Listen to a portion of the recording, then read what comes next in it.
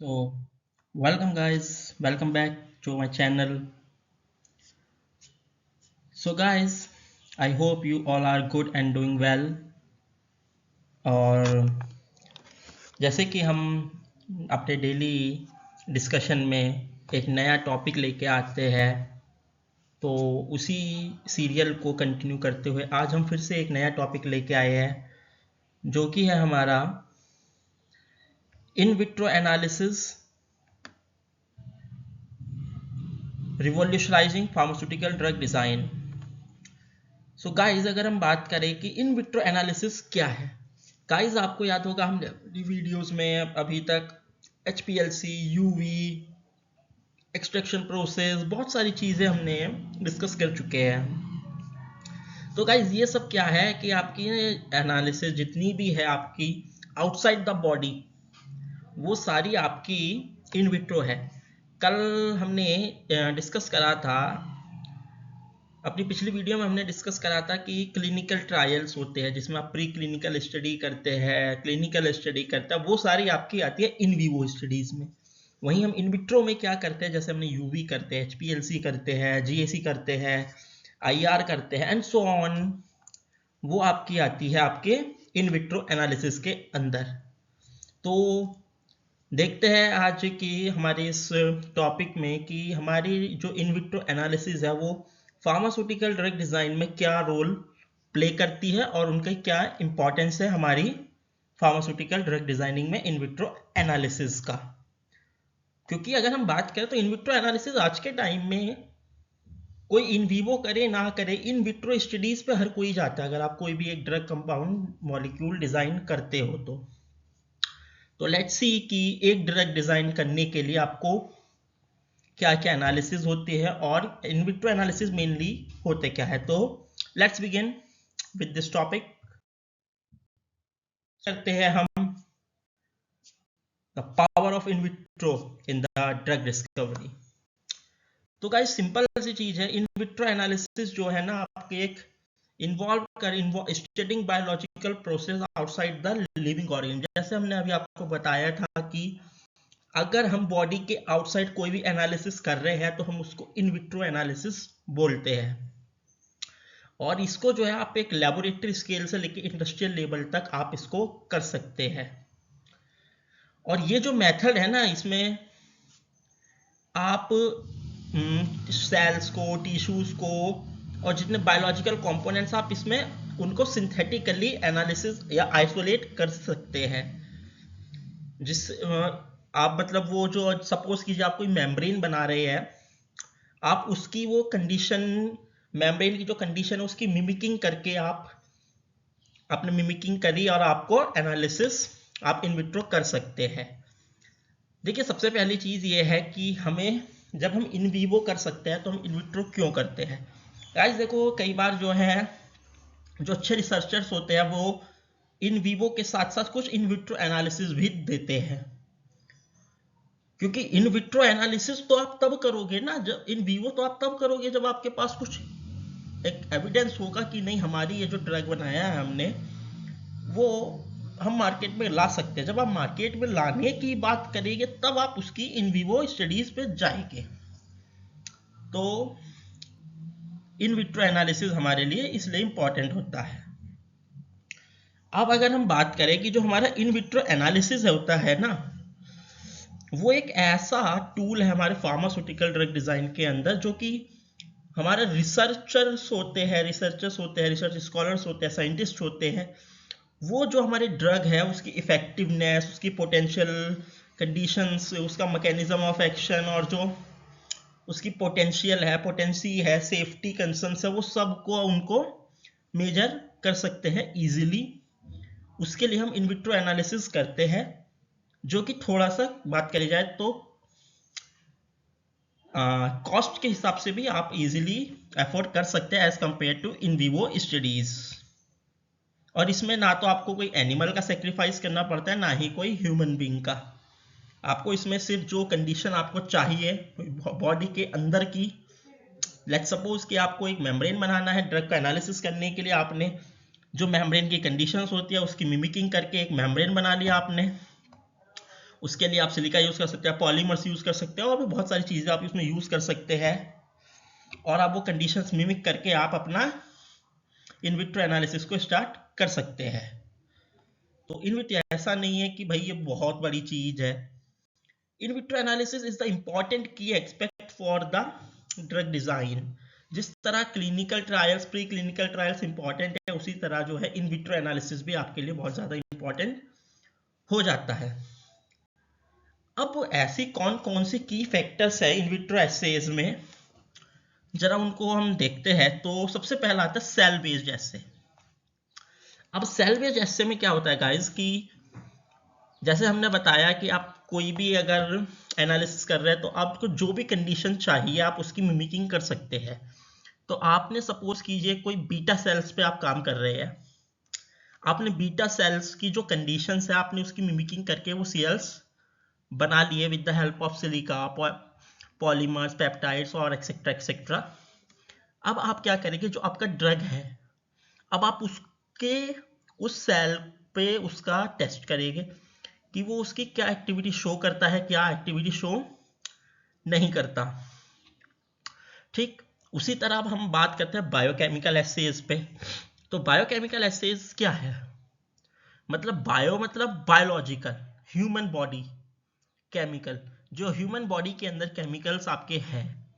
जैसे कि आपकी बॉडी के अंदर आपको पता है कि HCl आपकी बॉडी के अंदर है, आयंस आपके अंदर होते हैं, पोटेशियम आयन आपके अंदर है, कैल्शियम चैनल्स आपके अंदर होते हैं, सोडियम चैनल आयंस आपके अंदर प्रेजेंट है।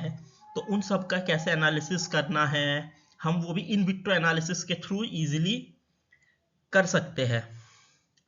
और भी मतलब अगर हम बात करें हाई थ्रूपुट एनालिसिस कि देखिए आप जल्दी से जल्दी चाहते हैं, क्योंकि इन विवो में थोड़ा टाइम कंज्यूमिंग भी है, इन विट्रो में आपको उतना टाइम नहीं लगता as compare to in vivo, क्योंकि आपको इन विवो में पहले एनिमल लेने पड़ेंगे उसके लिए। और इन विट्रो स्टडीज ना ऐसी होती है कि इनके लिए आपको इतना ज्यादा एथिकल कंसिडरेशन की जरूरत नहीं पड़ती, क्योंकि आप इसको एक लेबोरेटरी के अंदर कर रहे हैं जिसमें आप कोई भी एनिमल या ह्यूमन को सेक्रीफाइस नहीं कर रहे हैं, ना उससे किसी को हार्म पहुंच रहा है। तो इन विट्रो स्टडीज का बेसिकली यही होता है। अब हम बात करते हैं सेल बेस्ड एसे, जिसमें हमने अभी बताया था सेल बेस्ड एसे में कि हम मिमिक करते हैं बायोलॉजिकल सिस्टम को, सेल का। तो अब हम क्या करेंगे, पहले सेल वायबिलिटी। अब हम देखेंगे, हम पहले जब उसकी मिमिकिंग करेंगे सेल वायबिलिटी में हम क्या देखेंगे कि हम उसकी सेल की ग्रोथ कैसे हो रही है, उसकी डेथ कैसे हो रही है, और जो हमारा हम उसमें ड्रग देने वाले हैं उसकी उस सेल पे क्या टॉक्सिसिटी या कोई एडवर्स इफेक्ट या कोई साइड इफेक्ट उस पर शो होने वाला है। वहीं अब अगर हम बात करते हैं सेल सिग्नलिंग की, तो इसमें अब हम क्या स्टडी करेंगे, जब हमने सेल बना दिया इन विट्रो एनालिसिस के लिए, तो अब हम उसमें ये देखेंगे कि भाई जो हमारी इस सेल को हमने जो ड्रग दिया है वो अब किस तरह से रिस्पॉन्ड कर रहा है, वो ड्रग आपकी बॉडी के आपकी उस सेल के अंदर जाके, जहां से आप उसकी कोई भी प्रोटीन एक्टिविटी या कोई भी जो जीन एक्टिविटी या कोई भी एक्टिविटी है आप उसको उसकी आइडेंटिफाई कर सकते हैं। अब बात करते हैं ड्रग अपटेक एंड मेटाबॉलिज्म की। अब इससे आप क्या पता कर सकते हैं, इन विट्रो एनालिसिस से भी आप ये पता कर सकते हैं कि आपका जो सेल है वो कितनी ज्यादा ड्रग को एब्जॉर्ब कर रहा है, और वो जो ड्रग एब्जॉर्प्शन हो रहा है बॉडी के अंदर, वो सॉरी आपके सेल के अंदर, वो उसकी क्या प्रोसेस है, कि मतलब वो आप इन विवो बाया पेरेंटल देंगे, ओरल देंगे, लिक्विड देंगे, वो एज ऑन। तो अब हमारे पास दूसरी चीज आती है बायोकेमिकल एसेज। जैसे गाइस मैंने आपको बताया कि बायोकेमिकल मतलब ह्यूमन बॉडी के अंदर जो केमिकल प्रेजेंट है उनका एसे। अब जैसे सबसे पहले इसमें आ गया एंजाइम्स एसे।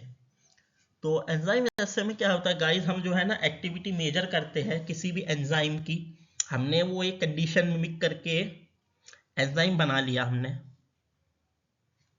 अब हम उसकी एक्टिविटी को मेजर करेंगे और देखेंगे कि उसका एंजाइम का जो मेटाबॉलिक पाथवे है उस पर क्या क्या रोल प्ले कर सकता है हमारा कोई भी ड्रग, वो क्या उस पर इफेक्ट दिखाएगा एंड सो ऑन।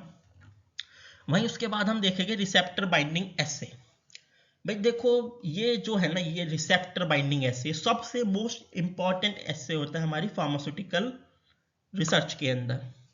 और आप में से जो भी कैंडिडेट केमिस्ट्री से होंगे वो जानते होंगे कि रिसेप्टर बाइंडिंग कितना इंपॉर्टेंट पार्ट है। हालांकि इकोलॉजी वाले भी ये जानते हैं, लेकिन क्योंकि केमिस्ट्री वाले इसको ज़्यादा परफॉर्म करते हैं, एम फार्म जो केमिस्ट्री होगे वो जानते होंगे। हम जब थे, हमने भी करी है अपनी एम फार्म में, हम करते हैं अभी भी।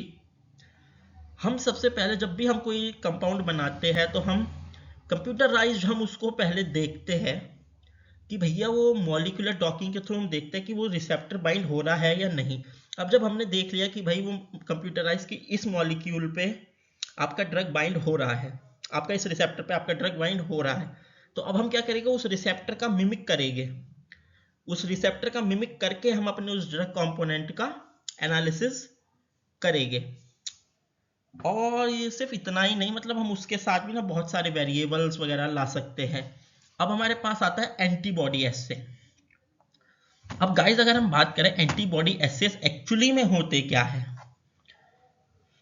तो देखिए एंटीबॉडीज में क्या करते हैं कि हमारी बॉडी के अंदर आपको पता है प्रोटीन्स है, तो हम एंटीबॉडी एस्से से पता कर सकते हैं हमारी बॉडी के अंदर जो प्रोटीन्स है उनकी कितनी प्रेजेंस है और कौन कौन से प्रोटीन है। क्योंकि अगर हमारी बॉडी के आपको कोई समस्या, अगर अभी हम सब बात करते हैं कोविड की, इसका सबसे बढ़िया एग्जांपल मैं आपको बताता हूँ। कोविड आया, उसकी कोई हमारे पास कोई स्पेसिफिक डिसीज नहीं थी, तो अब जो है धीरे धीरे मतलब अब आपको जो वो कोवैक्सीन दी गई या कोविशील्ड दी गई, उसमें क्या था, वो आपकी बॉडी के अंदर एक एंटीबॉडी ही तो आपको इंजेक्ट किया गया है, जिससे उस एंटीबॉडी ने आपकी बॉडी के अंदर जाके जो कोविड के होने वाले वायरस थे उनके अगेंस्ट फाइट करी और आपकी बॉडी का जो इम्यून सिस्टम था उसको और ज़्यादा स्ट्रॉन्ग करा। तो ये आपका एंटीबॉडी एस्से के अंदर आता है। वहीं हम बात करें हाई थ्रूपुट स्क्रीनिंग, जिसे हम कहते हैं एक्सेलरेटिंग ड्रग आइडेंटिफिकेशन। जैसे मैंने आपको पहले भी बताया था कि ये हाई ड्रग जल्दी फास्ट दिखा देती है हमारी ड्रग को। तो वो क्या है, देखिए हाई थ्रू आउटपुट जो स्क्रीनिंग है वो जो है ना ऑटोमेटेड प्रोसेस है for rapidly testing 1000 compounds against a specific target. मतलब ये ना एक ऐसा कंपाउंड है, जैसे हमने अपनी याद हो गया जब हमने ड्रग डिस्कवरी की बात करी थी, तो हमने उसमें बात करी थी हम 100 मॉलिक्यूल सपोज हम लेते हैं, तो 100 में से कोई हम उनका डाटा बनाते हैं। तो इसमें क्या करता है, ये 1000 कंपाउंड आपने जैसे रिसर्च कर, जैसे हमने बताया था कि 5000 बनाएंगे तो कोई एक ड्रग आपका जाएगा मार्केट में। उसी तरह हमने वो 1000 ऑफ डाटा एक साथ बना दिए। अब मैन्युअली करने में तो बहुत टाइम लगेगा, अगर हम उन 1000 मॉलिक्यूल्स का एक साथ एक एक करके एनालिसिस मैन्युअली करेंगे तो उसमें बहुत टाइम लगेगा। हम इस प्रोसेस के थ्रू वो 1000 मॉलिक्यूल एक साथ एनालिसिस कर सकते हैं। दूसरा, इसके लिए एक स्पेशलाइज्ड इक्विपमेंट होता है जो कि हमारे जो ड्रग है उसका पोटेंसी बताता है, और ये जो है मतलब इसका जो रिजल्ट आता है आपका HTS का, उसके बेसिस पे आप अपनी क्लिनिकल स्टडीज और जो प्री क्लिनिकल स्टडीज है उनके लिए आप आगे जा सकते हैं। अब हम कुछ एग्जांपल्स की अगर हम बात करते हैं तो सबसे पहले हमारे पास है case study first, in vitro analysis in cancer drug development. देखिए आज के टाइम में बहुत सारे रिसर्च स्कॉलर्स है, रिसर्चर्स है जो कैंसर के ऊपर काम कर रहे हैं। आजकल सबसे ज्यादा जो है आपने सुना भी होगा, ब्लड कैंसर हो रहा है, ब्रेन ट्यूमर हो रहा है, और भी बहुत सारे कैंसर्स। गैस्ट्रिक कैंसर आज के टाइम में सबसे ज्यादा धीरे धीरे डेवलप हो रहा है। तो इसमें क्या है, एक केस स्टडी है कि in vitro cell lines are used to screen the potential anti cancer drug. हमने जो है इन विट्रो सेल बनाए, उनकी हमने लाइन ड्रॉ करी, जैसे आप देख सकते हैं ये सेल बनाए, उसके ऊपर आपने ना अपने लाइंस ड्रॉ करी और हमने अपनी ड्रग का वो ड्रग से हमने मतलब वो ड्रॉ करी लाइंस और अपनी ड्रग का जो एनालिसिस है वो हमने परफॉर्म कराई। आप देख सकते हैं इस पे लाइंस। वहीं हमने फिर उसका बायोकेमिकल एसे भी करा। अब बायोकेमिकल एसे ने जो है हमारा जो ड्रग का टारगेट था वो किस तरीके से वो जाके, अब देखिए आप इसमें ये देख सकते हैं कि ये आपकी बॉडी से जाके जो आपका वायरस था उस पर जाके आपका जो एंटीबॉडी है उस पर अटैच हुआ, वो धीरे धीरे उसके अंदर जाके उसके अंदर इनकॉर्पोरेट होकर उसने उसके अगेंस्ट फाइट करा। मतलब हम उसकी जो हमारा प्रोटीन जो भी हमारा एंजाइम था, रिसेप्टर था, वो उस पर जाके बाइंड हुआ, वहां पे जाके उसने अपना एक्शन शो करा and so on various factors.